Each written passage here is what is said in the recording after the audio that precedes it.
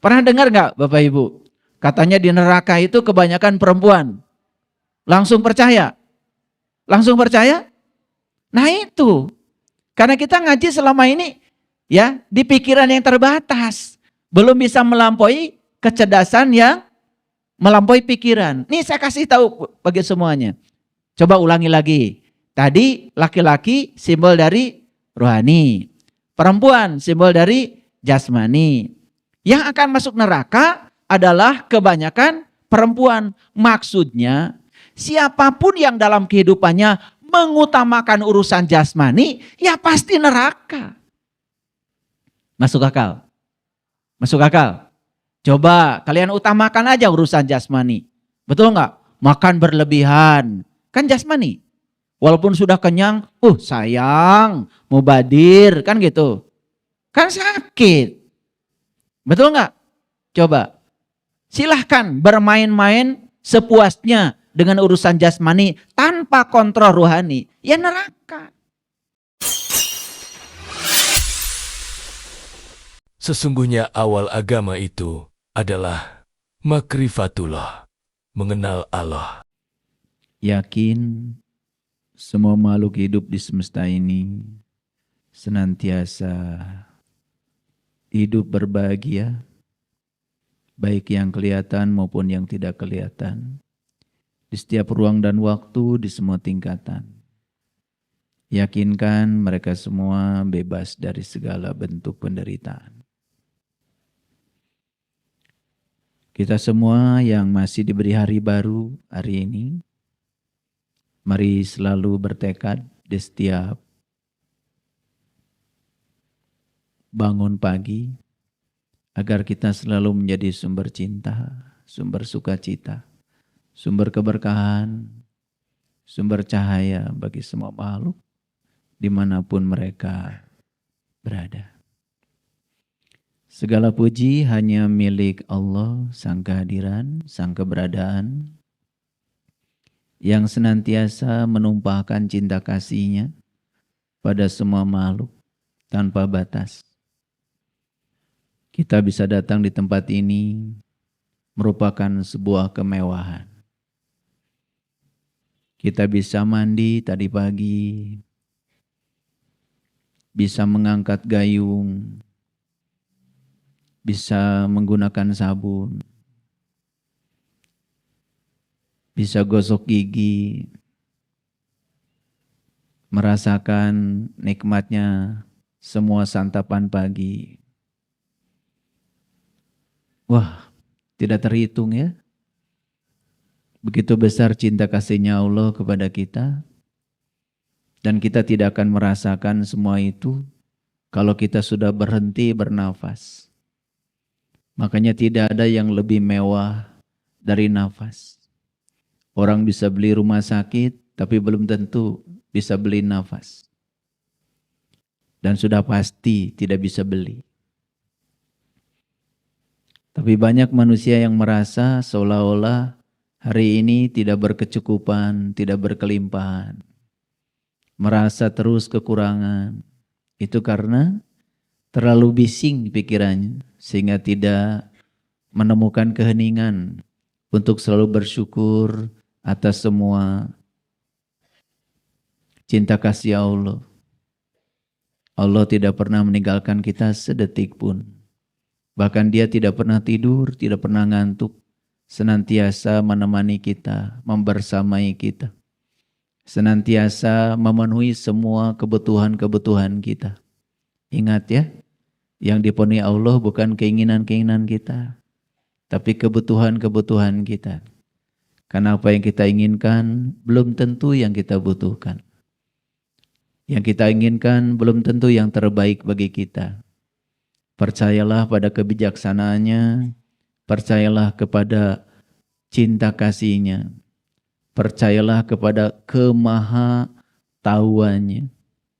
Kalau kita percaya sama Dia dan kita mengikuti aliran kehidupan ini, karena tidak ada satu peristiwa, orang, wajah yang dihadirkan dalam kehidupan kita tanpa alasan.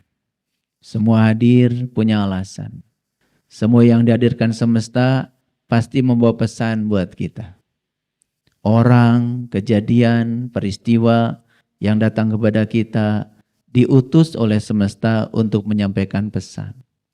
Karena dengan cara seperti itulah Allah berbicara kepada kita. Namun kita sering abai. Seolah-olah semua kejadian terjadi begitu saja. Dan kita sering terucap kata-kata kebetulan. Ingat ya, dalam hidup tidak ada yang namanya kebetulan. Semua yang terjadi dalam hidup kita itu jalan dari Allah buat kita. Tangkap pesannya. Jangan menyesali keadaan. Jangan menolak walaupun itu tidak kita sukai. Karena di balik semua itu pasti ada pesan yang sangat dalam. Namun kita terkadang tidak sabar untuk menangkap pesan itu. Termasuk kita hari ini hadir di sini, judul kajiannya ini, itu semua itu adalah sinkronisasi. Dan itu adalah kebutuhan kita, bukan keinginan kita. Oleh karena itu, mari kita rundukkan kepala kita. Kita sadari kehadiran Dia dalam diri kita. Kita sadari kebersamaannya bersama kita. Dia Sang Maha Hidup, hadir sebagai napas dalam diri kita. Karena dengan napas itulah tubuh ini menjadi berwibawa, menjadi berdaya. Dengan napas ini semua organ-organ dalam tubuh kita bisa berfungsi dengan sempurna. Mari kita ungkapkan rasa syukur yang dalam, sukacita yang sangat dalam di dalam diri kita masing-masing. Seraya memujinya dengan membaca hamdalah. Alhamdulillahi Rabbil Alamin. Mari kita awali kajian kita di hari yang penuh berkah ini. Bersama-sama memohon ridhonya, memohon berkahnya. Dengan kelembutan dan cinta kita sapa asmanya dengan membaca basmalah. Bismillahirrahmanirrahim. Para sahabat, saya pernah menciptakan sebuah lagu. Dan izinkan saya menyanyikan lagu ciptaan saya itu tanpa musik. Sebagai hadiah buat bangsa kita yang tercinta ini. Kita yakin kita semua bisa melewati semua masa-masa sulit. Semua yang terjadi itu hanya suatu proses menuju keseimbangan baru. Karena pada dasarnya alam semesta ini mengajarkan kepada kita yang namanya proses relaksasi. Relaksasi dari satu keseimbangan menuju keseimbangan baru. Begitu ada ketidakseimbangan, pasti akan ada suatu proses menuju keseimbangan baru. Jadi tidak perlu kaget dengan apapun yang terjadi, karena sesungguhnya alam semesta sedang bekerja. Lagu itu dibuat dengan intuisi. Lagu itu dibuat bukan dengan pikiran biasa. Lagu itu saya persembahkan buat seluruh bangsa Indonesia. Karena saya yakin semua orang yang tingkat keimanannya sudah sampai di tingkat isbatul yakin. Isbat itu artinya kokoh, teguh. Yakin itu ya yakin. Yang tingkat keimanannya sudah sampai di tingkat kesadaran yang murni. Saya yakin semua sadar tentang kehadiran dirinya datang ke semesta ini. Makanya saya awali dengan makhluk cahaya. Berkarya di alam maya pada. Jadi pada dasarnya manusia itu adalah makhluk cahaya. Jadi aslinya kita tuh makhluk cahaya. Bukan makhluk yang sedang mencari cahaya, bukan. Aslinya kita itu adalah makhluk cahaya. Nah, makhluk cahaya ini akan dikaryakan di alam maya pada. Maka oleh Allah diberi kendaraan. Kendaraannya namanya raga. Raga ini.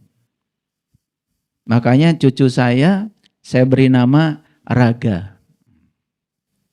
Jadi raga itu bisa berarti tubuh, tapi raga itu aslinya sebetulnya bahasa Sanskerta. Dari dua suku kata, ra dan ga. Ra itu artinya adalah cahaya. Sedangkan ga itu besar tanpa batas. Jadi raga itu sebetulnya cahaya tanpa batas. Kenapa saya menyanyikan lagu ini di awal kajian ini? Sesuai dengan situasi bangsa kita yang sedang mengalami kenikmatan kesabaran, dan terkadang untuk sadar itu harus digoncangkan sedikit. Jadi kegoncangan ini sebetulnya bukan apa-apa, hanya membuat semua elemen bangsa ini bisa refleksi diri, bisa sadar. Makanya saya awali kata-kata di lagu itu, makhluk cahaya, berkarya di alam maya pada, berkendaraan raga, berbekal daya semesta. Nah, daya semesta itu yang dibalik raga, yang menggerakkan kita, itulah daya. Makanya kita sering membaca kalimat la haula wala quwata illa billah. Itu satu kesadaran bahwa kita ini tidak punya daya, tidak punya upaya, kecuali daya dan upaya sang daya semesta yang ada di dalam diri kita masing-masing. Maka Allah berulang kali mengatakan, wa huwa ma'akum, wa huwa ma'akum. Sesungguhnya aku bersama kamu, aku bersama kamu. Wa nahnu aqrab ilaihi min hablil warid. Jangan takut, jangan khawatir, karena aku bersamamu bahkan lebih dekat daripada urat nadi lehermu. Harusnya kalimat-kalimat yang Allah sampaikan itu menjadi kalimat kesadaran. Makhluk cahaya berkarya di alam maya pada, berkendaraan raga, berbekal daya semesta. Apa tugas kita di sini? Menemukan diri. Menemukan diri. Jangan jadi orang lain. Jangan bandingkan diri kita dengan siapapun. Karena setiap kita diciptakan dengan wajah berbeda, DNA-nya saja berbeda, artinya jalan hidup kita menuju Allah ya berbeda. Makanya jangan usil, jangan komentar. Jadi tujuan kita datang ke sini untuk apa? Menemukan diri. Dan siapa yang sudah menemukan dirinya, maka dia akan menemukan Tuhannya. Makanya di lagu itu ada kalimat yang kedua, menemukan diri, mengenal ilahi Robbi. Jadi kalau sudah menemukan diri, maka kita punya peluang mengenal ilahi Robbi. Menemukan jalan pulang. Sehingga kita bisa menemukan jalan pulang. Kapan pulangnya? Ya sekarang, di sini saat ini. Sehingga kita bisa terbang, melayang, menemukan tempat asal semua kejadian. Jadi sekarang kita bisa terbang, melayang, menemukan tempat asal. Asal semua kejadian. Asal semua ciptaan. Asal semua makhluk hidup berada. Nah, siapapun yang sudah sampai ke situ disebut insan isbatul yakin. Orang yang sudah mencapai keimanan di tingkat yang isbat. Karena iman itu ada ilmul yakin, hak ainul yakin, hakul yakin, dan puncaknya adalah isbatul yakin. Nah, insan isbatul yakin itu ya di dunia ini ya hadir sebagai penyejuk jiwa. Dia hadir juga sebagai pelepas dahaga jiwa.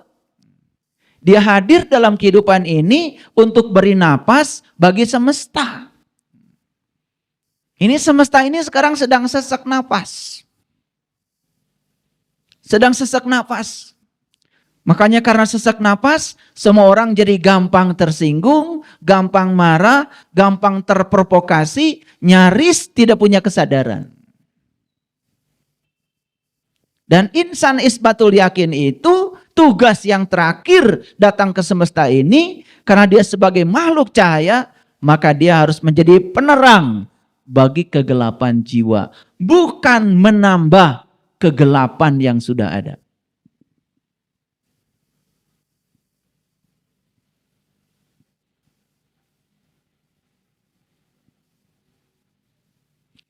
Insan isbatul yakin hadir sebagai penyejuk jiwa. Insan isbatul yakin beri napas bagi semesta.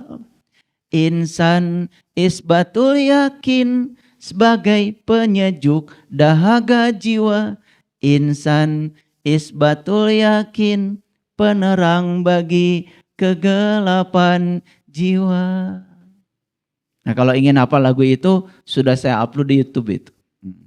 Itu lagu ya gubahan saya pada saat saya sedang mengalami satu pengalaman spiritual, lalu ingin berbagi pengalaman itu, dan satu-satunya cara yang bisa saya komunikasikan lewat lagu. Silakan kalau mau mendengar lagu itu tinggal klik saja ya. Judulnya Himne Isbatul Yakin. Lagu itu bukan hanya untuk komunitas kami. Lagu ini untuk seluruh manusia di dunia ini. Agar manusia di dunia ini sadar kalau dirinya makhluk cahaya, tugas dia menjadi penyejuk ya bagi jiwa, tugas dia hadir sebagai memberi napas bagi semesta, hadir sebagai penerang bagi kegelapan jiwa. Setuju? Oke. Nah, bagaimana kita bisa menjadi penerang bagi kegelapan jiwa kalau kitanya sendiri belum terang, ya? Bagaimana kita bisa menjadi penyejuk bagi dahaga jiwa kalau diri kitanya sendiri belum sejuk, ya? Makanya hari ini saya akan memberikan satu kajian bagaimana kita bisa menjadi penyejuk bagi dahaga jiwa. Bagaimana kita bisa hadir sebagai sesuatu yang bisa memberi napas bagi semesta. Ya, karena semesta ini sekarang sedang memerlukan kesadaran kolektif. Dan masing-masing individu kalau bisa menyumbang kesadaran ya sedikit saja, itu semesta ini bisa menjadi semesta yang damai dan luar biasa. Ya, tidak boleh lagi ya kita sebagai satu bangsa mau diprovokasi oleh orang-orang yang tidak bertanggung jawab, sehingga bangsa kita yang damai, yang luar biasa ini dengan segala kekayaannya ya, jangan mau dipecah belah. Mari kita jaga persatuan dan kesatuan bangsa. Setuju? Oke, makanya hari ini kita akan belajar bagaimana cara melampaui keterbatasan pikiran. Ya. Kita akan belajar bagaimana cara melampaui keterbatasan pikiran. Oleh karena itu, izinkan saya untuk memulai kajian ini dengan menyampaikan satu ayat dalam Al-Quran, itu surat An-Nahl, surat ke-16 ayat ke-43. Ya. Baik ya, kita baca ayatnya ya. A'udzubillahi minasyaitonirrajim. Bismillahirrahmanirrahim. Wa ma arsalna min qablika. Dan kami tidak mengutus sebelum kamu illa rijalan nuhi ilaihim, kecuali ya laki-laki yang kami beri wahyu. Makanya tidak heran ya, kalau semua nabi, semua rasul itu laki-laki. Saya ingatkan kembali ya, laki-laki itu ya secara spiritual lambang dari rohani. Sedangkan perempuan itu lambang dari jasmani. Makanya kalau di Quran ada kata-kata laki-laki, itu bisa bermakna laki-laki ya, tetapi bisa bermakna secara hakikat sebagai rohani. Kalau di Quran ada kata-kata perempuan, ya, bisa bermakna sebagai perempuan, ya, seperti itu secara lahir, tapi bisa bermakna juga secara hakikat sebagai jasmani. Makanya jangan heran kalau ada kata-kata seperti ini, ya. Ar-rijal qawwamuna 'alan nisa. Laki-laki itu pemimpinnya perempuan. Selama ini kita memaknai yang boleh jadi pemimpin hanya laki-laki. Nah, jadi terbatas. Padahal secara hakikat makna yang terdalamnya adalah ruhani itu pemimpin jasmani. Jadi ar-rijal qawwamuna 'alan nisa artinya ya ruhani itu pemimpin jasmani.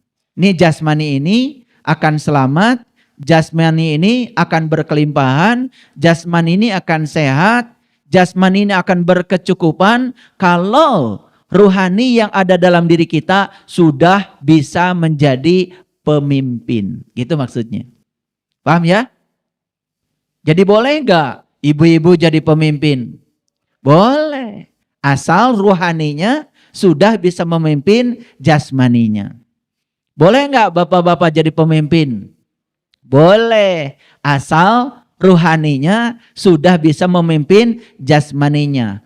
Ya. Siapapun manusia yang ruhaninya sudah bisa memimpin jasmaninya, yang kesadarannya sudah bisa mengendalikan pikirannya, perasaannya, dan tubuhnya, maka dia disebut orang yang sudah selesai dengan dirinya sendiri. Dia berhak menjadi pemimpin. Makanya ketika dia jadi pemimpin, pasti dia akan bertanggung jawab kepada yang dipimpinnya. Dia ketika jadi pemimpin akan bertanggung jawab kepada ya yang mengamanatkan kuasa pada dirinya dari orang-orang yang punya daulat atas kekuasaan itu. Paham sampai sini? Ya? Makanya coba perhatikan. Ini dalam ritual haji, ritual umroh udah jelas. Coba. Laki-laki pakai kain ihram. Kan perempuan tidak. Pernah enggak protes? Enggak ya? Pernah nanya enggak? Enggak ya? Hebat kalian itu, luar biasa. Ya? Kalau saya kan pasti nanya. Ya? Kenapa laki-laki pakai kain ihram sedangkan perempuan tidak? Itu semua itu simbol. Artinya ya, haji, umroh itu perjalanan rohani. Perjalanan laki-laki. Maka laki-lakinya pakai kain ihram. Ihram itu kain yang tidak dijahit. Apa maknanya? Perjalanan rohani ini akan lepas landas, akan selesai, akan mencapai tujuan kalau kita sudah melepaskan jahitan, melepaskan ikatan-ikatan pada yang menghalangi perjalanan kita. Baru ngerti ya, padahal sudah umroh berapa kali ya. Makanya coba perhatikan, begitu kita sa'i, ya, begitu lewat lampu hijau, kan laki-laki harus lari. Yang perempuan walaupun guru senam, jalan aja. Pasti nggak nanya kan? Nggak nanya. Karena kasihan, kalau nanya pun yang ditanya nggak ngerti. Itu maknanya urusan rohani harus sungguh-sungguh, harus lari. Urusan jasmani ya jalan aja biasa aja. Waktunya tidur, tidur. Waktunya ngurus cucu. Ya, jangan seluruh waktu dalam hidup ini dihabiskan hanya untuk mencari uang. Biarkan uang mencari kita. Ya, mau saya kasih tahu ilmunya biar uang nyari kita? Pasti mau ya. Nah, ikut saja pelatihan dirindukan uang. Ikut pelatihan ya. Ada pelatihannya di saya supaya dirindukan uang. Jangan kita merindukan uang. Tidak bagus itu ya. Tapi itu harus satu pelatihan ya. 2 hari cukup ya. Sehingga nanti biar uang rindu sama kalian. Mau apa tidak? Ya ikut pelatihan aja. Karena ini kalau saya bicara itu sekarang habis nanti. Judul ini nggak kelar-kelar. Ya. Jadi waktu sa'i laki-laki lari. Perempuan jalan. Itu maknanya urusan ruhani harus sungguh-sungguh. Urusan jasmani ya biasa aja. Karena kalau kita mengejar Allah, pasti dunia akan ikut. Tapi kalau kita mengejar dunia, kita nggak dapat dua-duanya. Nggak dapat dunia, nggak dapat Allah. Gitu. Makanya perhatikan orang yang benar ya berketuhanan yang sampai pada tingkat isbatul yakin fi dunya hasanah wa fil akhirah hasanah. Tidak akan kekurangan. Kelihatan dari tubuhnya sehat, pikirannya bernas, cerdas. Dan ini yang akan saya sampaikan hari ini. Bagaimana caranya kita bisa melampaui ya keterbatasan pikiran. Tapi ini prolog dulu sedikit. Tadi saya awali dengan nyanyi biar rileks. Jadi maaf tadi saya lupa. Padahal itu lagu ciptaan saya sendiri. Biar nanti diedit saja sama tim IT. Pernah dengar gak? Waktu bagi warisan. Laki-laki 2 bagian. Perempuan 1 bagian. Wah kalian benar-benar. Yang laki-laki serakah 2 bagian. Yang perempuan 1 bagian aja walaupun hidupnya susah. Makanya kalau saya disuruh menjadi konsultan bagi waris, saya tidak pakai yang begitu. Karena itu sebetulnya simbolisasi untuk ruhani itu sebetulnya. Laki-laki 2 bagian, perempuan 1 bagian simbol. Artinya urusan ruhani harus lebih sungguh-sungguh daripada urusan jasmani. Kalau saya disuruh bagi waris jadi konsultan, saya tanya, siapa yang paling susah di sini? Gitu kalau saya. Ya. Wah, ternyata ya, yang paling susah itu adik perempuannya. Saya bilang sama yang laki-laki, kamu kerja apa? Direktur, Pak. Bagus. Berapa gajinya sebulan? Alhamdulillah 100 juta. Ya udah, kamu jangan pengen warisan ya. Kasih aja sama adikmu yang susah. Gitu kalau saya. Makanya nggak diundang lagi saya. Dianggap melanggar syariat gitu. Padahal syariat itu kan yang berhubungan dengan apa yang kita lihat. Betul apa tidak? Yang laki-lakinya direktur, warisannya 2 bagian. Yang perempuan, suaminya gak kerja, dia juga susah. Dia cuma dapat 1 bagian. Masa begitu? Masa begitu? Paham maksud saya? Ini supaya peringatan aja buat kalian yang suka rebutan warisan. Ya, lihat yang paling susah, kasih aja semua. Ya, yang kerja gajinya berkelimpahan, ya udah jangan pengen warisan. Itu aja kok susah. Paham? Pernah dengar gak? Kalau laki-laki mau akekahan katanya laki-laki kambingnya 2. Perempuan 1 aja. Wah bener-bener kalian itu ya. Karena laki-laki kambingnya 2, perempuan kambingnya 1. Bener-bener gitu ditaati. Itu simbol. Simbol. Akikah itu sebenarnya pengganti. Makanya ketika lahir anak kita, baik laki-laki maupun perempuan, utamakan ruhaninya. Bukan jasmaninya. Utamakan pendidikannya. Bukan urusan jajannya. Utamakan dari leher ke atas, bukan dari leher ke bawah. Gak apa-apa gak pakai emas, tetapi otaknya emas. Kincring-kincring. Tangannya emas, kakinya emas, semua emas. Otaknya gak emas.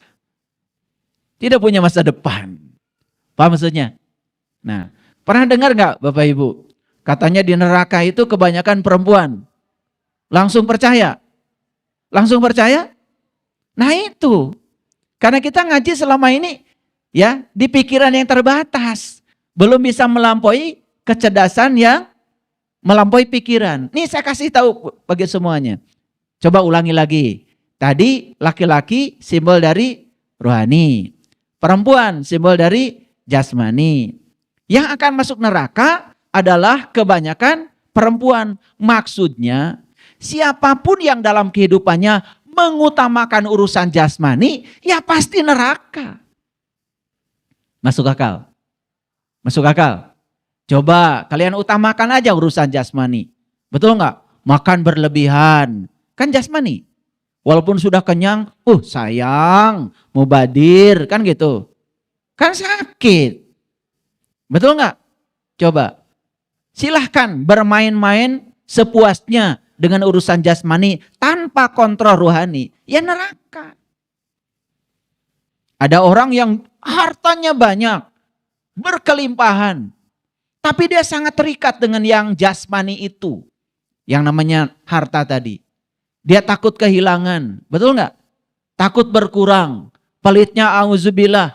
Paling juga ditinggalkan mati. Tidak berguna hartanya. Karena dia hanya berfokus pada hitungan-hitungan jasmani. Nah, jadi di neraka itu kebanyakan perempuan, makna hakikatnya siapapun dalam hidup ini, baik laki-laki maupun perempuan, kalau hidupnya hanya mengutamakan urusan-urusan jasmani, ya pasti sengsara hidup. Tidak akan bahagia. Itu maksudnya, ya. Ini kadang-kadang ibu-ibu suka gampang dibohongi. Ya. Senang gak kalau dibohongi? Senang. Coba kalau ada orang membohongi kita, lalu kita percaya pada orang itu. Tahu gak pesan spiritualnya apa? Ya pinter kalian ya. Pesan spiritualnya ketika ada orang membohongi kita dan kita ikut percaya pada orang yang bohong pada kita, itu pesan spiritualnya bahwa kamu masih bodoh gitu aja. Ya. Jadi kalau masih bodoh berarti harus belajar lagi. Makanya kalau ibu, bapak, kalau masih gampang ditipu sama orang lain, jangan nyalahkan penipu. Ya, justru berterima kasih pada penipu, kamu sudah datang untuk mengingatkan saya bahwa saya masih bodoh gitu aja. Ya. Nah, ini tipu menipu itu kan urusannya luas. Termasuk tipu menipu urusan keyakinan, tipu menipu urusan agama. Betul nggak? Kan banyak kan yang menjanjikan itu, menjanjikan ini. Betul nggak? Padahal dia juga belum dapat yang dijanjikan itu. Ngerti maksud saya? Tapi kalian percaya. Luar biasa. Nah, saya kembali lagi pada ayat ini. Yuk perhatikan. Ngerti ya? Secara hakikat laki-laki dan perempuan. Ini kalau saya kupas lebih dalam lagi, masih banyak contoh-contohnya. Makanya Islam itu keren ya. Kalau dipahami dengan kecerdasan. Makanya tidak ada sebetulnya agama yang mendiskreditkan gender. Dan selama ini seolah-olah ya, kalau dipahami secara dangkal, Ar-rijalu qawwamuna 'alan nisa, laki-laki pemimpin wanita, pemimpin perempuan, diterjemahkan seolah-olah yang perempuan gak boleh jadi pemimpin. Kan itu sebetulnya ya menjadi pendiskreditan gender. Seolah-olah ya laki-laki mau bodoh pun biar ada dia jadi pemimpin. Yang perempuan walaupun pintar pun gak usah. Saya terkejut ya, kenapa? Saya ngajar 34 tahun jadi dosen. Pokoknya IPK yang tinggi itu rata-rata perempuan. Maaf ya, bukan menyepelekan bapak-bapak.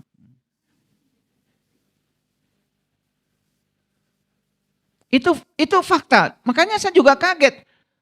Saya tanya teman-teman yang ngajar di universitas lain. Apa fenomena perempuan itu lebih cerdas daripada laki-laki? Terjadi di universitas lain, terjadi. Saya tanya teman-teman yang di universitas lain, bahkan di universitas terkenal, rata-rata IPK yang tinggi justru anak-anak perempuan. Anak perempuan sudah tulisannya bagus, rapi, tuntas. Yang laki-laki, kadang-kadang saya periksa ujian, rusak mata saya. Iya. Saya mencoba memahami ini maksudnya tulisan apa gitu aja, udah lama itu. Belum memahami kontennya. Itu pengalaman ya. Mari kita lanjutkan di sini. Wa ma arsalna min qablika illa rijalan nuhi ilaihim. Dan kami tidak mengutus sebelum kamu kecuali orang laki-laki yang telah diberi wahyu. Clear ya ayat ini? Jadi sebetulnya secara syariat betul bahwa yang diutus ke semesta, para nabi, para rasul, itu kan semuanya laki-laki. Clear ya? Gitu. Secara hakikat, secara hakikat. Wahyu itu urusan perempuan, urusan laki-laki. Ini hakikat nih. Urusan perempuan, urusan laki-laki. Urusan laki-laki berarti urusan rohani. Paham? Jadi ibu-ibu bisa nggak kira-kira ya memahami wahyu? Bisa. Kalau rohaninya bersih. Rohaninya suci. Rohaninya selaras. Rohaninya harmoni. Jadi semua orang pada hakikatnya bisa menangkap getaran-getaran ilahi itu. Asal dia sadar bahwa di dalam dirinya ada satu kekuatan yang diberikan Allah, ya, yaitu yang disebut dengan rohani. Oke, kalau gitu saya mau bertanya sama Bapak Ibu. Bapak Ibu sadar nggak kalau Bapak Ibu itu sejak lahir sudah berpasangan? Sadar? Atau belum sadar? Kalau sadar sekarang saya mau nanya, apa kesadarannya? Rohani dan jasmani. Maka Allah bilang, aku ciptakan manusia berpasangan. Pasangan itu rohani dan jasmani. Selama ini pasangan itu selalu suami istri. Padahal itu kan pilihan. Betul maksud saya? Jadi Allah sudah ciptakan kita berpasangan? Oke, karena berpasangan, yuk kita sadari bahwa di balik jasmani kita ada ruhani. Jasmani terbatas, ruhani itu tanpa batas. Berarti sesungguhnya setiap manusia bisa nggak melampaui pikiran yang terbatas? Bisa. Yuk, gimana caranya? Nah, belum masuk ke cara. Lanjut dulu. Jadi yang diberi wahyu siapa? Laki-laki. Yes? Jadi wahyu urusan siapa? Urusan rohani, itu maksudnya. Paham ya? Nah sekarang wahyu itu apa? Kan kalian tahunya ada tetangga namanya Kang Wahyu. Barangnya kan gak jelas. Oke, perhatikan saya semuanya. Wahyu itu pada dasarnya adalah getaran-getaran ilahi. Ulangi, apa? Oke. Saya lagi ceramah, tiba-tiba HP saya bergetar. Berarti ada apa? Ada yang masuk, bisa telepon, bisa WA, bisa video, bisa email, bisa apa saja. Setuju? Oke. Nah, yang datang ke sini itu apa? Coba perhatikan. Apa yang datang ke sini itu gambar berbaris gitu? Enggak kan? Yang datang ke sini itu kata-kata berbaris? Enggak kan? Yang datang ke sini itu apa? Nah, yang datang ke sini itu namanya gelombang elektromagnetik. Makanya gelombang elektromagnetik itu disebut energi. Nah, cahaya itu salah satu jenis gelombang elektromagnetik. Gelombang elektromagnetik itu ada yang kelihatan, ada yang tidak kelihatan. Nah, cahaya itu salah satu jenis gelombang elektromagnetik yang kelihatan. Tapi ada juga yang tidak kelihatan, sinar X nggak kelihatan. Tapi tahu-taunya kita sudah Tahu dokter kalau di dalam tubuh kita ada kelainan. Karena dibaca dari hasil Ronsen. Nah, Ronsen itu sebetulnya penemu sinar X, orang Jerman. Tapi sinarnya yang memotret kita itu namanya sinar X. X-ray bahasa Inggrisnya. Ya? Oke. Nah udah, saya batasi dulu ke sana. Jadi tadi HP saya bergetar berarti apa? Ada gelombang elektromagnetik yang masuk. Clear? Nah, apakah yang masuk itu gambar? Bukan. Yang masuk ini tulisan? Bukan. Yang masuk ini kata-kata? Bukan. Bukan Bapak Ibu. Yang masuk ke sini adalah energi berupa getaran, frekuensi, vibrasi. Namanya gelombang elektromagnetik. Nah, elektromagnetik ada dua, elektro to listrik, magnetik to magnet. Jadi gelombang elektromagnetik itu perpaduan antara medan listrik dan medan magnet. Clear sampai sini? Oke. Tapi yang datang itu energi, tapi Bapak Ibu bisa membuka, begitu dibuka, oh video. Ternyata saudara kita lagi makan sama nasi timbel, pakai jengkol. Tuh. Oh, yang masuk adalah untayan kata. Bahkan yang masuk bisa jadi suara. Oke? Nah, satu. Yang kedua, perhatikan saya. Kok yang bergetar HP saya? Bukan HP Bapak Ibu. Hebat ya? Tidak pernah ada kiriman WA salah alamat. Gak pernah. Itu yang disebut dengan energi itu terkuantisasi. Jadi kita semua punya nomor HP yang berbeda, bukan? Satu digit saja berbeda dari sekian untaian nomor HP itu pasti kita akan salah kirim. Nah, setiap kita punya nomor HP yang berbeda. Nomor HP itu mencerminkan frekuensi kita. Makanya begitu dikirim ke nomor HP kita, berarti kita itu sedang selaras dengan frekuensi yang mengirim.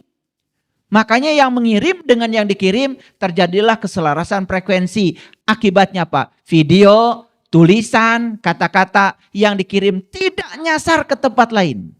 Clear sampai sini? Oke. Ini saya ajarkan yang gampang aja. Yang gampang. Jadi yang nyampe ke sini itulah getaran sebetulnya. Nah, tubuh kita ini mana? Lebih canggih tubuh, lebih canggih HP. Yang benar. Saya tanya ulang sekali lagi. Canggihan tubuh, canggihan HP.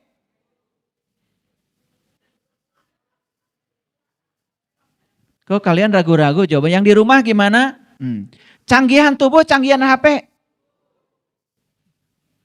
Oke. Betul, canggihan tubuh. Ya. HP kalian ya, iPhone terbaru. Dijaga. Si canggih. Betul enggak? Takut jatuh. Dilindungi? Dilindungi pakai macam-macam. Alat pelindung. Ya, anti air, macam-macam. Jujur ya, kalian lebih melindungi tubuh, lebih melindungi HP.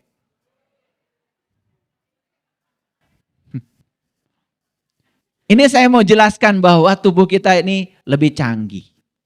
Jadi HP, mobil, macam-macam itu, semua itu hanya mengkopi cara berpikir Tuhan atas semesta raya ini. Ini yang namanya HP ini hanya meniru cara berpikir Tuhan. Yuk sekarang, kalau tubuh ini lebih canggih, berarti ya di tubuh ini sebetulnya ada jaringan elektronik, rangkaian elektronik yang jauh lebih dahsyat, lebih ruwet daripada HP. Pernah nggak Bapak Ibu berpikir, kenapa ya Bapak Ibu lihat mobil, kok bisa tahu kalau itu mobil? Gimana itu bisa tahu itu mobil? Padahal kan yang masuk ke sini itu baru gambaran, ditangkap oleh mata. Dari mata disalurkan kemana tuh? disambungkan ke sistem kerja otak yang lebih rumit. Kalau saya jelaskan, itu mekanismenya sangat rumit. Sampai akhirnya kita bisa menyimpulkan itu mobil. Bahkan kita bisa mengatakan ini mobil truk, ini mobil minibus, ini bus, ini kereta api, ini pesawat. Kok bisa ya? Padahal informasinya sama dari sini. Pernah gak berpikir itu? Yakin enggak lah kalian ya? Hebat kalian itu. Nah, kalau kita mau berpikir seperti itu, ternyata tubuh kita ini jauh lebih canggih, lebih kompleks daripada alat-alat elektronik yang disanjung-sanjung ini. Jadi kalau HP bisa menangkap informasi, berarti tubuh bisa nggak menangkap informasi? Bisa. Makanya semua orang-orang spiritual, apalagi di kajian saya tempo hari, ya, fisika sudah mengantarkan manusia menemukan God particles. Yang disebut dengan partikel Tuhan. Yang disebut dengan Higgs boson. Partikel Tuhan itu bukan berarti Tuhan tersusul oleh partikel-partikel, bukan begitu. Saking partikel itu bermakna luar biasa dalam kehidupan ini, maka makna yang luar biasa itu akibatnya para ilmuwan menyebut frasa seolah-olah itu partikel Tuhan. Frasa ya, itu sebutan dari para ilmuwan. Bukan berarti itu Tuhan, bukan. Aslinya namanya Higgs boson. Jadi Higgs boson ini gunanya adalah bisa menciptakan medan Higgs. Dan medan Higgs itu yang memberi bobot pada semua partikel-partikel lain. Elektron diberi bobot oleh boson. Kalau elektron tidak diberi bobot, tidak ada elektron, tidak ada atom, tidak ada molekul, tidak ada kalian. Tidak ada dunia, tidak ada matahari, tidak ada bintang. Maka saking keberadaannya luar biasa, maka Higgs boson ini disebut God particles. Luar biasa. Ini kalau saya jelaskan secara fisika, wah itu bisa menangis Bapak Ibu. Yang ngerti. Boro-boro kalian menangis ya. Baca istighfar gak nangis, baca bismillahirrahmanirrahim gak nangis, baca alhamdulillahirabbil alamin gak nangis karena gak ngerti. Coba kalau alhamdulillahirabbil alamin disadari, segala puji habis buatmu ya Allah. Karena engkau sang keberadaan, engkau sang kehadiran. Tidak ada satu peristiwa pun yang terjadi di semesta tanpa kehadiranmu ya Allah. Kalau itu disadari, nangis pasti kalian. Apalagi yang kalian yang ingin dipuji, yang ingin disanjung, bohong. Katanya segala puji habis buat Allah. Lalu hak Allah pun kamu curi. Suka gak? Senang dipuji? Ih ibu, ani gelis. Ih sahatea. Jika menang manehna we, irung mancung teh. Betul apa tidak? Iya.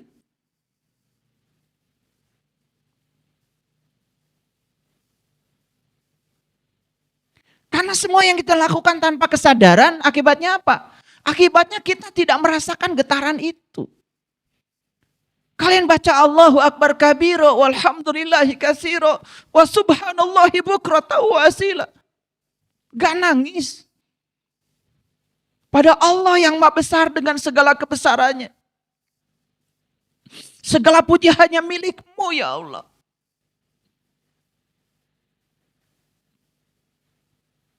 Dan sucikanlah Allah pagi dan petang. Apa pagi? Apa petang? Bukankah pagi itu pertemuan antara malam dengan siang? Pertemuan antara gelap dengan terang. Petang itu pertemuan antara terang dengan gelap. Makanya setiap kamu menemukan kegelapan, pertemukan segera dengan terang. Itu pagi dan petang. Ketika kamu marah, kamu sedang gelap, hadirkan cahaya dalam dirimu. Belajar memahami, belajar memaafkan. Wah, kalau ngerti kalimat itu. Padahal itu dibaca berulang-ulang setiap kali sholat di doa iftitah. Betul? Allahu Akbar kabiro. Walhamdulillahi kasiro. Wa subhanallahi bukrata wasila. Ini wajahtu. Wajhialillati fatar samawati wal ardh. Aku hadapkan wajah batinku kepada zat yang telah menciptakan langit dan bumi.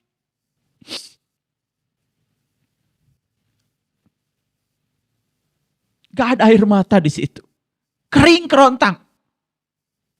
Kita mengucapkan itu kosong. Gak ada maknanya, gak ada isinya, gak ada getarannya. Berulang kali kita mengucapkan kalimat itu. Hanya berharap nanti katanya di akhirat dapat pahala.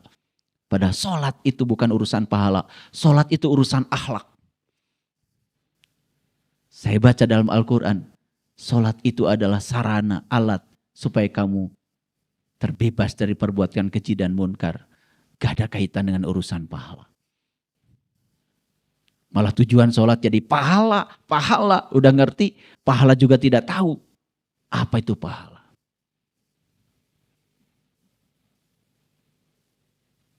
Jadi wahyu apa Bapak Ibu? Getaran-getaran ilahi. Perhatikan saya semuanya. Kenapa Nabi Muhammad bisa menerima wahyu? Kenapa? Kenapa kita tidak bisa menerima wahyu? Kenapa? Kalau wahyu itu getaran-getaran ilahi, berarti getaran-getaran ilahi itu ada terus sepanjang zaman. Dan kenapa Nabi Muhammad bisa menangkap wahyu? Berarti tubuh beliau itu lebih canggih daripada HP ini. Bisa menangkap semua informasi, bisa menangkap semua data. Kenapa bisa begitu? Coba ingat tadi. Ibu bapak kirim WA sama saya. Tidak akan nyasar ke tempat lain. Karena ada kesamaan frekuensi. Ada kesamaan energi. Karena Nabi Muhammad itu memelihara dirinya supaya beliau selaras dengan pencipta alam semesta ini. Tidak pernah mengotori dirinya. Tidak ada kebencian, tidak ada iri hati. Dijaga oleh dirinya kesucian jiwanya.